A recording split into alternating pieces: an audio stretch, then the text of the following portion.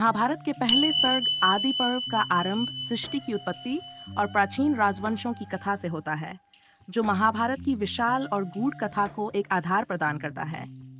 इस महाकाव्य का आरंभ उसी क्षण से होता है जब ऋषि वैशंपायन राजा जनमेजय को महाभारत की कथा सुनाते हैं। जनमेजय अपने पिता राजा परीक्षित की मृत्यु के प्रतिशोध में नागयज्ञ कर रहा था, क्योंकि तक्षक नामक नाग ने उनके पिता को डस लिया था। महाभारत की कथा केवल युद्ध और संघर्ष की कथा नहीं है, बल्कि ये धर्म, अधर्म, सत्य और न्याय के संघर्षों का एक आदर्श उदाहरण है। शांतनु और गंगा की कथा। आदि पर्व में सबसे पहले राजा शांतनु और गंगा की प्रेम कथा आती है। शांतनु हस्तिनापुर के प्रतापी राजा थे, जिन्होंने गंगा से विवाह किया। गंगा ने एक शर्त रखी थी कि वह जो भी करेंगी उसमें शांतनु कोई हस्तक्षेप नहीं करेंगे। दोनों के पुत्र हुए, परंतु गंगा ने अपने 7 पुत्रों को जन्म के तुरंत बाद नदी में बहा दिया। शांतनु ने उस समय कुछ नहीं कहा, क्योंकि वह अपनी प्रतिज्ञा के बंधन में बंधे थे। परंतु जब 8वें पुत्र का समय आया, तो शांतनु इस कृत्य को रोक नहीं सके। गंगा ने उन्हें बताया कि उनके 7 पुत्र 8 वसुओं के अवतार थे, जो अपने पूर्व जन्म के श्राप के कारण धरती पर जन्मे थे। 8वें पुत्र भीष्म थे, जो आगे चलकर महाभारत की कथा में अत्यंत महत्वपूर्ण भूमिका निभाते हैं।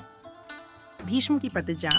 भीष्म, जो अपने पिता शांतनु के लिए सभी सुखों का त्याग करते हैं, महाभारत की सबसे भावुक और प्रेरणादायक कथा है।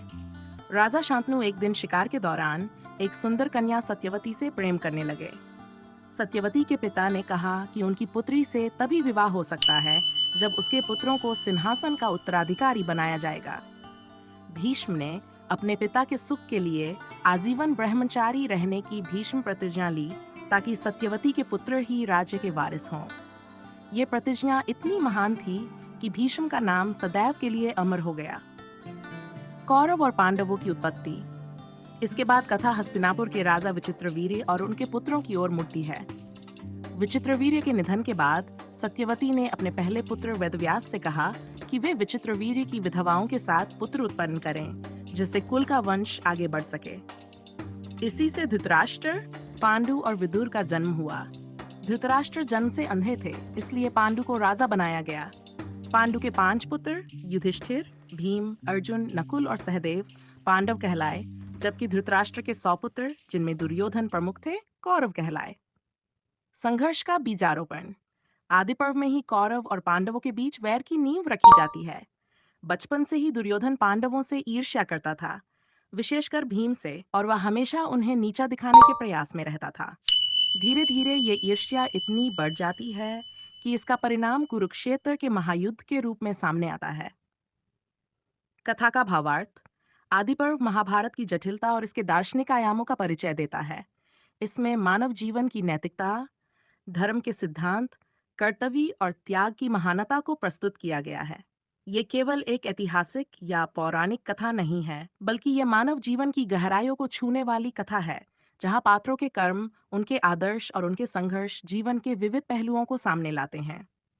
इस सर्ग में न केवल युद्ध की पृष्ठभूमि का निर्माण होता है, बल्कि ये सिखाता है कि किस प्रकार मानव अपने स्वार्थ, क्रोध और अभिमान के कारण विनाश की ओर अग्रसर हो सकता है। इसके साथ ही त्याग, धर्म और सत्यनिष्ठा की भी महानता दिखाई देती है, जैसा कि भीष्म के चरित्र के माध्यम से समझाया गया है। इस प्रकार आदि पर्व महाभारत की शुरुआत करते हुए पाठक को महाकाव्य की विशालता और इसके भावनात्मक गहराई से अवगत कराता है, और भविष्य की कथा की एक मजबूत नींव। अगर आप अगर आप सच सच में में भक्ति भक्ति की की गहराई में गहराई में डूबना डूबना चाहते चाहते हैं, हैं, तो तो इस इस चैनल चैनल को को लाइक लाइक और और सब्सक्राइब सब्सक्राइब करना करना बिल्कुल बिल्कुल न न भूलें। भूलें। आपकी आपकी भक्ति भक्ति यात्रा यात्रा यहीं से यहीं से शुरू शुरू हो हो सकती सकती है। है।